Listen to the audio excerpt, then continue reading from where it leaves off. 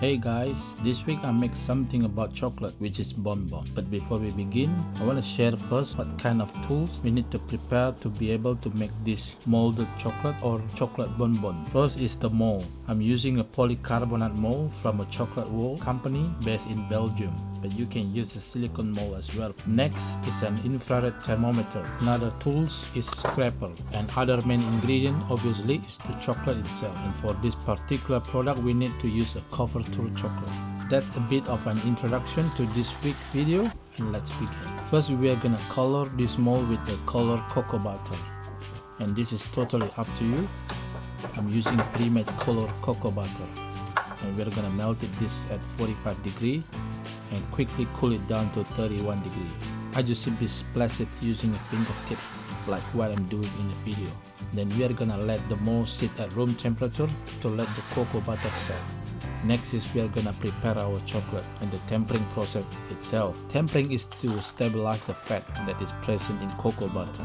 Covered chocolate is a chocolate that contains the cocoa butter, not vegetable oil or vegetable fat.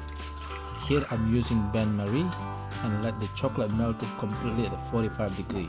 The tempering technique that I use is seeding method. Seeding method is a small pieces of unmelted chocolate are added to melted chocolate. When 90% of the chocolate was melted at 45 to 50 degrees, we are going to incorporate the rest 10% of the chocolate into it while stirring the melted chocolate continuously and bring the temperature down to 31 degrees. This 31 degrees is a general working temperature for dark chocolate. When our chocolate is in a tempering state, we are gonna heat up our color mold before using a heat gun, or you can use a hair dryer. This way you will avoid temperature shock. Using a scraper taps against your mold to remove any air bubbles from the chocolate. Hold the mold at an angle and scrape off the excess chocolate from the top and side of the mold. After that, we are gonna let the chocolate set at room temperature for 5 minutes. If your room temperature was quite warm, look for any cooler area in your house. If our tempering method was right, after a few minutes we will see the chocolate will slowly set and change into matte finish. Then we are gonna fill it with ganache or any type of ganache of your choices. For this, I'm simply using a leftover hazelnut praline ganache from my previous video. Make sure that your filling is smooth and fluid enough to pipe easily. Also check that it is not warmer than 28 degrees, otherwise the filling will make your chocolate cell melt. Another important thing is don't overfill the ganache. Fill it into 80% of the capacity because we're gonna close the cavity with the chocolate again. Never fill the chocolate shell to the brim. Then next is we are gonna close our molded chocolate with the tempering chocolate again. So fill the cavity with the chocolate and tap to remove any air bubble like before.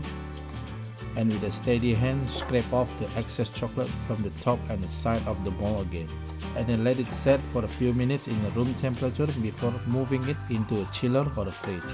And after half an hour, simply bring the molded chocolate to room temperature and gently twist the mold and let the chocolate naturally fall off from the mold. If some of the chocolate was stick into the mold, gently tap the mold against the counter to release the molded chocolate. And here we have our molded chocolate or bonbon. This might quite challenging if you are doing for first time, and I'll try to explain as clear as I can with a simple and easy understanding language. Since the video was short, I wasn't able to put all information inside, and for this you might need to read tempering technique and how to work with couverture chocolate. Thank you, and I will see you guys next time.